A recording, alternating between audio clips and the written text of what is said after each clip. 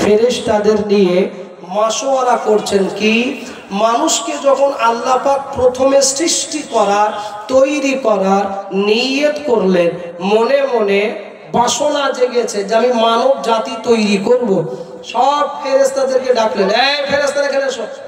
বলে কি হলো? বলছে আমি মানুষ তৈরি করব। ফেরেশতারা বলছে আল্লাহ আমাদের ইবাদত কি আপনার পছন্দ হচ্ছে না? আমরা এত ইবাদত করি, আমাদের ইবাদত কি আপনার পছন্দ হয় না? বলে কেন, এ কথা কেন? ফেরেশতারা আল্লাহর কাছে বলছেন যে আল্লাহ আপনি যে মানুষ তৈরি করবেন, মানুষ দুনিয়া থেকে মারামারি করবে, কাটাকাটি করবে, সুদ খাবে, মদ খাবে, জেনা করবে, তো আমরা ফেরেশতারা আপনাকে দেখে এত ইবাদত করি, আমাদের ইবাদতে কি আপনার মন ভরে না? আল্লাহ পাক জানাচ্ছেন, হে জিবরিল আমি যা জানি তোমরা কি তাই জানো? বলে যে না। অতএব আমি যেটা জানি তোমরা তা জানো না। আমি যা বলছি তাই মানব জাতি আমি তৈরি করব। আল্লাহ পাক মানব জাতি তৈরি করেছেন। তৈরি করার পরে আজকে ঠিক এই সময়ে আল্লাহ পাক আরশে বসে মাশওয়ারা করছেন। কেমন মাশওয়ারা? সব ফেরেশতাদেরকে আল্লাহ পাক ডাকছেন, এই ফেরেশতারা এখানে এসো। জি আল্লাহ মালিক কি বলছেন? কয় জিবরিল তুমি কি বলেছিলে মানুষ যখন তৈরি করতে গিয়েছিলাম তখন তুমি কি বলেছিলে? বলে আল্লাহ কি বলেছিলাম? কই তুমি তখন বলে নাই যেমন কথা বলেছো না, মানুষ তৈরি করতে হবে না, তোমার ইবাদত করবে না, নামাজ পড়বে না, রোজা করবে না, তারা দান সদকা করবে না, কোরআন হাদিসের কথা শুনবে না। আজ পাটিকা বাড়ি বের করায় তাকিয়ে দেখো, দেখো ফেরেশতারা যখন নজর দিবে আল্লাহ পাক বলছে কি দেখলে? বলছে আল্লাহ দেখলাম তোমার কিছু বান্দা বান্দি পুরুষ মহিলা নির্বিশেষে সেখানে কোরআন হাদিসের কথা একটা আলেম দিদি আলিম তো তিনি আলোচনা করছেন, তা আপনার ওই বান্দাগুলো সেখানে আলোচনা শুনছে, সেখানে তোমার বান্দারা কই জিবরিল তোমরাই তো বলেছিলে তারা আমার ইবাদত করবে না। অতএব তুমি কি জানো না আমার হাবিব আমার রাসূল বলেছেন যারা কোরআনের কথা শোনে হাদিসের কথা শোনে এটাও একটি ইবাদত, বলুন আলহামদুলিল্লাহ। যিনারা বসেছেন অতএব আল্লাহ পাক ভালোবেসে মুহাব্বত করে এই দ্বীনি মাহফিলে মাজলিসে এনেছেন। আমার আপনার কারোর বাহাদুরি আছে কে? কারো ক্ষমতা আছে? নাই। আল্লাহ ভালোবেসেছেন, ক্ষমতা দিয়েছেন, আসতে পেরেছি। উচ্চ আওয়াজে সমবেত কণ্ঠে বলুন আলহামদুলিল্লাহ। পরে পরে জানাই দো জাহানের নবী সাইয়্যিদুল আম্বিয়া খাতামুন নবিয়্যিন মুহাম্মদ মুস্তাফা, সবাই বলুন সাল্লাল্লাহু আলাইহি ওয়াসাল্লাম। নবীর উপর ভালোবাসাপূর্ণ দরুদ সালাম শান্তি ধারা বর্ষিত হোক, বলুন আল্লাহুম্মা আমিন। আমি সব জায়গাতে বলি হাদিসটি, এখানেও বলবো, বলবো না তা নয়। কথা হচ্ছে কি যেখানে দেখবেন কোরআন হাদিসের কথা হয় অগণিত ফেরেশতারা আল্লাহ পাকের হুকুমে আল্লাহ পাকের হুকুম আনতে চতুর্দিকে ফেরেশতারা ঘিরিয়ে থাকে, সব ফেরেশতারা ঘিরে থাকে। রেজিস্টার কাপি রেজিস্টার খাতা ফেরেশতাদের হাতে, নোটবুক আছে, অমকের ব্যক্তি অমক, জিয়ারুলের বেটি জিয়ারুলের বেটি গেল সাবিনা খাতুন, জিয়ারুলের বেটা গেল সাইফুল ইসলাম। ফেরেশতারা টুকে নিল, টুকে নিয়ে যাওয়ার পরে আল্লাহর কাছে হাজিরি দেবে, আল্লাহর কাছে চলে যাবে। আজকে জালসার শেষ দোয়া হয়ে যাবে, চলে যাবে। চলে যাওয়ার পরে এই ফেরেশতা দাঁড়া এখানে, কোথায় গিয়েছিলি? বলছে আল্লাহ আজকে পাটিকা বাড়ি গিয়েছিলাম। জি পাটিকা বাড়ি? পাটিকা বাড়ি কি বাবা?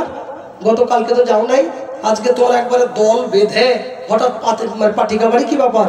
বলছে আল্লাহ পাটিকা বাড়ি বের পাড়াতে আজ একটা জালসা হয়েছিল, তো আমরা সেখানে ডিউটি করছিলাম। আচ্ছা আল্লাহ পাটিকা বাড়ি যে জালসা এটা জানেন না? জানেন না গো? জানেন। জানার পরেও ফেরেশতাদের জিজ্ঞাসা করার কারণ এতে আল্লাহ পাক তাকিদ দিয়েছেন, গুরুত্ব বুঝিয়েছেন। রাসূল বোঝাতে চেয়েছেন এতে গুরুত্বটা কতটা। আল্লাহ পাক খুব যত্ন সহকারে গুরুত্ব দিয়ে আল্লাহ পাক জিজ্ঞাসা করবেন ফেরেশতারা বলো কি দেখলে পাটিকা বাড়ি?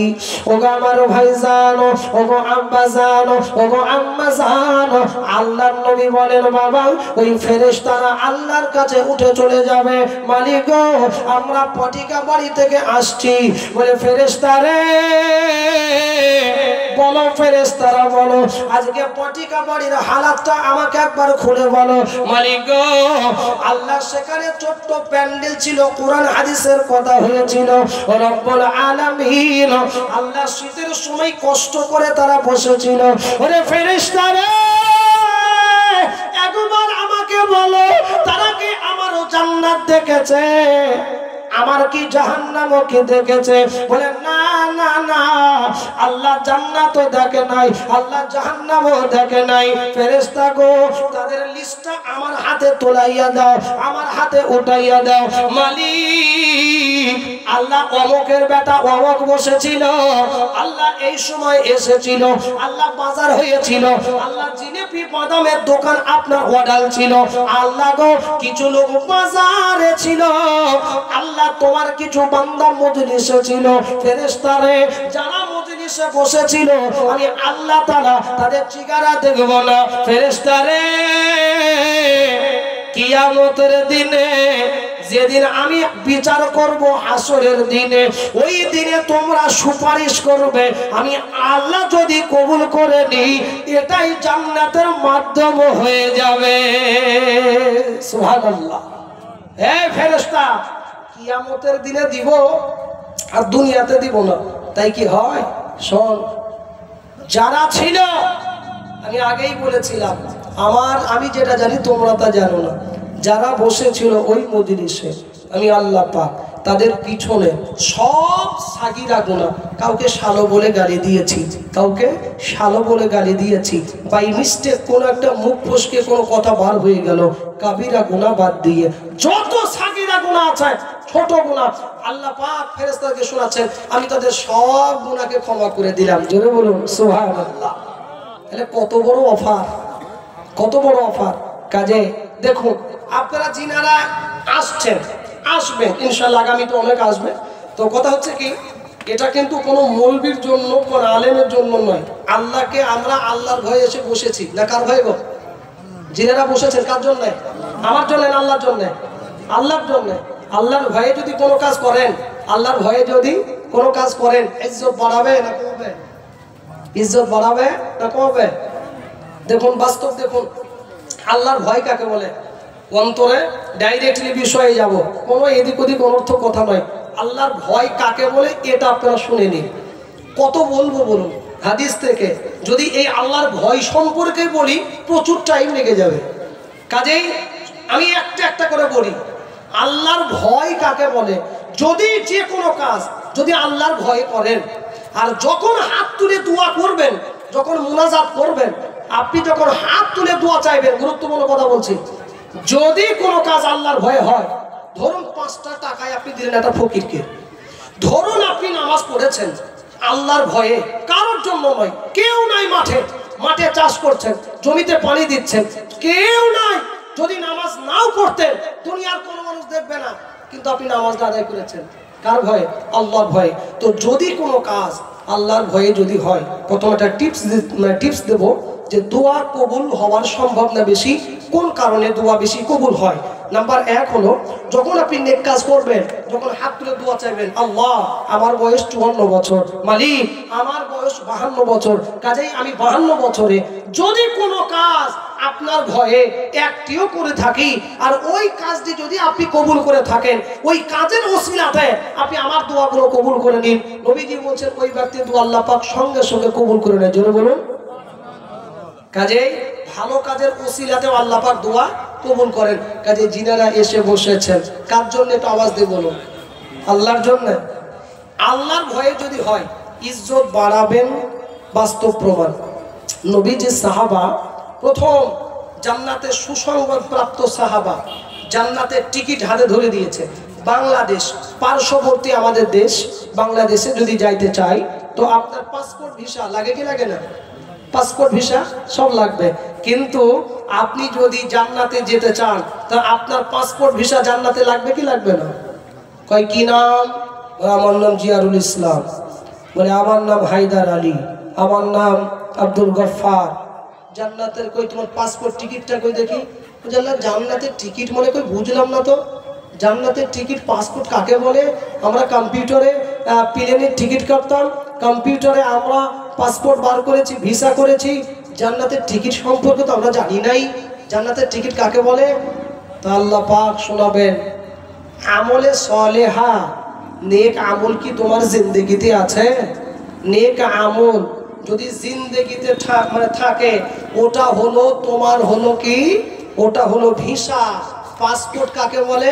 লা ইলাহা ইল্লাল্লাহ মুহাম্মাদুর রাসূলুল্লাহ। তুমি কি আল্লাহ এবং রসুলকে মানতে? এটা হলো তোমার পাসপোর্ট। জান্নাতে যেতে গেলে প্রথম কালিমা, এটা কি মাননে বলা?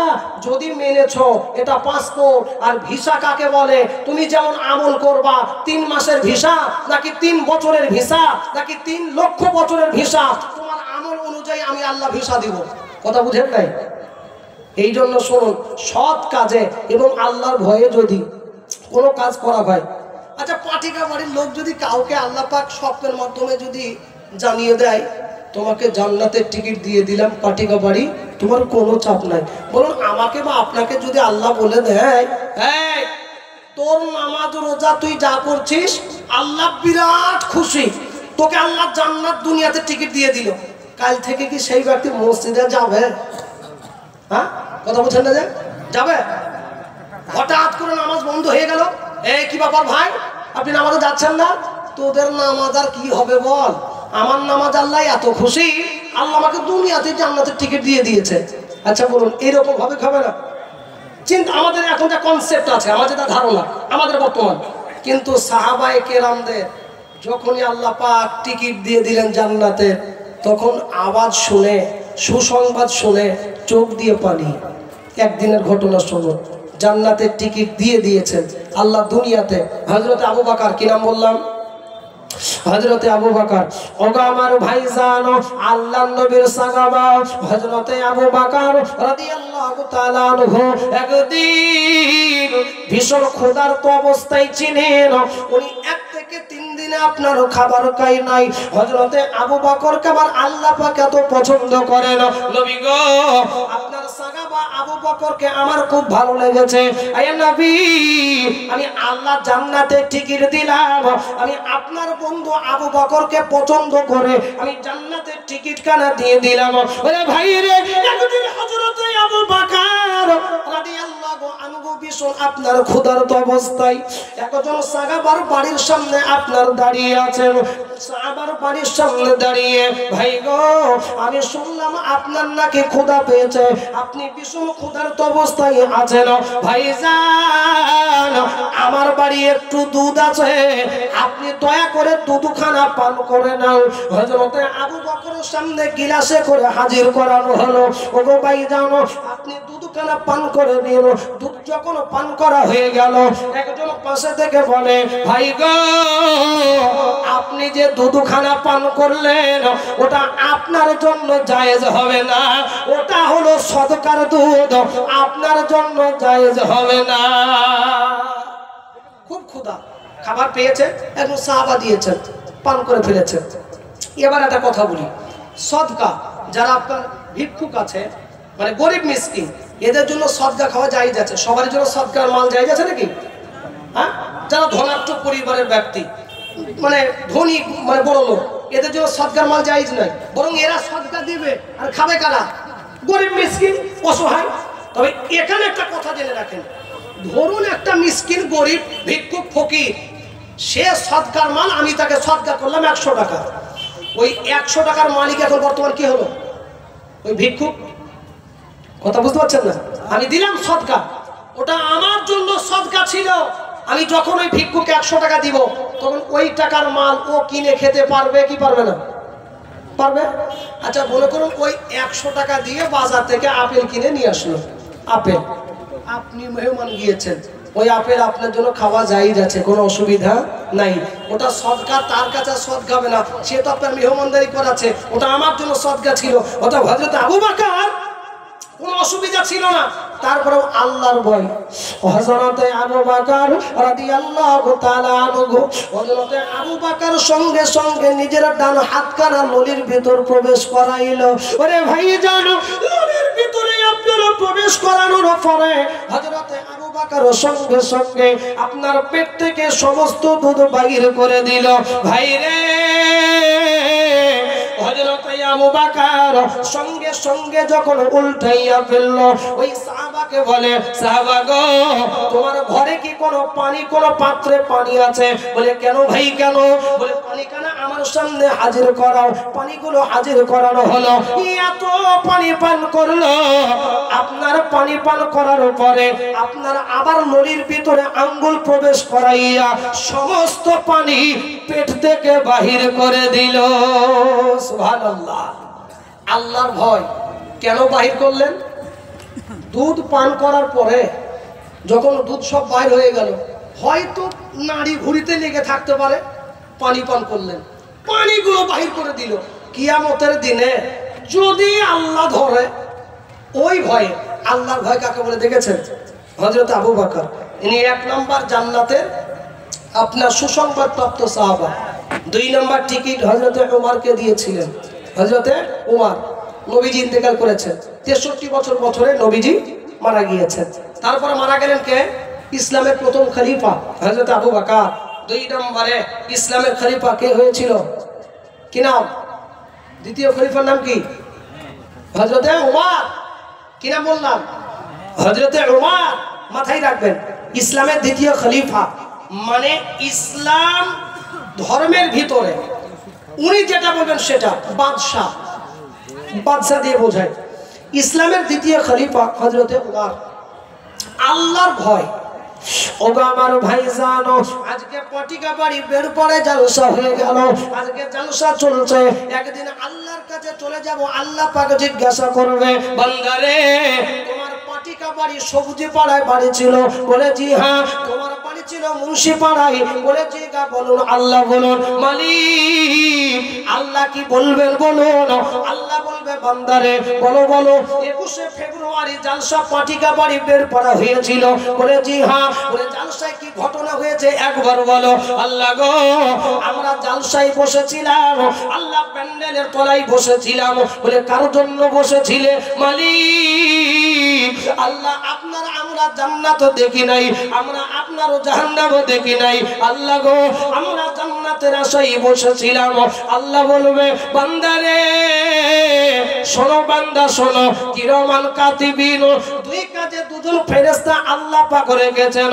ওরে বান্দারে, তোমরা ছিলে বাদামের দোকানে, তোমরা ছিলে জিলেপির দোকানে। বান্দারে আমার কাছে কোনো জুচ্চুরি কোনো কিছু চলবে না। ওগো ভাই জানো, যারা আজকে জালসার তলায় প্যান্ডেলের তলায় এসে বসলেন, আল্লাহ বলবে, ও বান্দা আমি আল্লাহ পাক সব কিছু দেখেছি। অতএব বান্দারে, দুনিয়ার মধ্যে যারা আমার জান্নাত না দেখে বসেছিলে, আমার ভয়ে যারা বসেছিলে, আমার জাহান্নামের আগুন, আমার জাহান্নামের আগুনের ভয়ে যারা বসেছিলে, আমি আল্লাহ তাআলা তাদেরকে আজকে বেঁচে বেঁচে আমি জান্নাত দিয়ে দেব। সুবহানাল্লাহ। আল্লাহর ভয়ে। এবং আল্লাহর ভয়ে যদি বসা হয়, আল্লাহ ইজ্জত বাড়াবেন। ফয়সালাটা আমি শেষে বলছি, হযরত উমরের কথাটা শোনাই। আল্লাহর ভয় কাকে বলে? আচ্ছা বলুন, যদি আমার আপনার গ্রাম পঞ্চায়েতের প্রধানের যদি সিগনেচারের দরকার হয়, গ্রাম পঞ্চায়েতের প্রধানের যদি সইয়ের দরকার হয়, সই স্বাক্ষর একটা সিগনেচার দরকার, তো আমরা প্রধানের কাছে গিয়ে ওই সিগনেচারটা নত শতভাবে চাইবো, নাকি আমরা এমন করে আমরা কি বলি যে ভাই আপনার একটু সইটা দরকার আছে, সইটা করে দিন না, একটু ব্যস্তই আছি, আপনিও ব্যস্ত আছেন, একটু তাড়াহুড়ো করে একটু আপনি দেখুন, যদি ব্যস্ত না থাকেন সিগনেচারটা করে দিন। আমরা নত শত হয়ে বলি না, বলি না বলছেন? বলি। আচ্ছা, আমি যদি এইভাবে না গিয়ে আমি যদি বলি, এই প্রধান করেন, প্রধান কই, আমার সিগনেচার দরকার, আপনি দেখতে পাচ্ছেন না, আপনাকে আমরা ভোট দিয়ে জিতিয়ে দিলাম, তা আপনি সিগনেচার দিবেন না কেন? আমি যদি এইভাবে সিগনেচার চাই, তা আমাকে সিগনেচার একটা দিবে না, আবার কাগজটা ছিঁড়ে দিবে? কি করবে? ছিঁড়ে ফেলবে। তাহলে চাওয়ার একটা কোয়ালিটি আছে। আচ্ছা বলুন, সামান্য প্রধানের কাছে গিয়ে যদি আপনি এইভাবে মাথা নত করেন, তো ইসলামের যদি আপনার খলিফা হয়, গোটা পৃথিবী যদি বাদশাহ হয়, তাহলে তার কাছে কতটা নত হওয়ার দরকার বলুন? কতটা? কিন্তু আল্লাহর ভয় কাকে বলে দেখুন, আল্লাহর ভয় কাকে বলে বাবা? নামে হযরতে ওমর, ইসলামের দ্বিতীয় খলিফা, নবীজির শ্বশুর মশাই হযরতে ওমর, হযরতে ওমর খাত্তাবের বেটা ওমর। ও ভাই কি বলবো, হযরতে ওমরের একদিনের ঘটনা। হযরতে ওমর একদিনও চলে যান। উনি মদিনার গভর্নর ছিলেন। উনি মদিনা আশেপাশে মিশর যতগুলো দেশ বলুন, উনি ইসলামের আপনার দ্বিতীয় খলিফা। উনার উপরে কথা বলা, আওয়াজ তোলার কারোর ক্ষমতা নাই। ভাইজান হযরতে ওমর একদিন গভীর রাত্রি বেলায় সবাই আপনারও ঘুমিয়ে, হযরতে ওমর মদিনার অলিতে গলিতে উনি আপনার হাঁটা চলাফেরা করেছেন, হাঁটাহাঁটি করেছেন। বলুন তো, যারা দায়িত্ব পায় তারা কি রাতের বেলায় গ্রামে ঘোরাফেরা করে? বলেন, যদি আমি আপনি দায়িত্ব পেয়ে যাই, এমপি এমএলএ যাই হয়ে যাক, তা আমি কাকার অলিতে গলিতে ঘুরে ঘুরে বেড়াবো না? আমার জায়গা আলাদা, যেরকম দুনিয়াতে চলছে। কিন্তু হযরতে ওমর বিরাট বড় বাদশা, উনি রাতের বেলায় ঘোরাফেরা করছেন। কি কারণে? হযরতে ওমর মনে মনে ভাবছেন, আল্লাহ আমার মানে তত্ত্বাবধানে কেউ যদি কষ্টে থাকে আর আমি ওমর সেটা যদি না বুঝে, যদি সেই ব্যক্তি মারা যায় আর ও যদি কিয়ামতের দিনে আমার উপরে আঙ্গুল তুলে, আল্লাহ আমি ওমর হয়তো বরবাদ হয়ে যাব। আল্লাহ ওই ভয়ে হযরতে ওমর রাতের বেলায় উনি এলাকাতে চলাফেরা করে জানাচ্ছেন, উনি দেখছেন যে আমার কোন প্রজা অসুবিধা হলো নাকি কষ্টে আছে। জোরে বলুন সুবহানাল্লাহ। আল্লাহর ভয় কাকে বলে?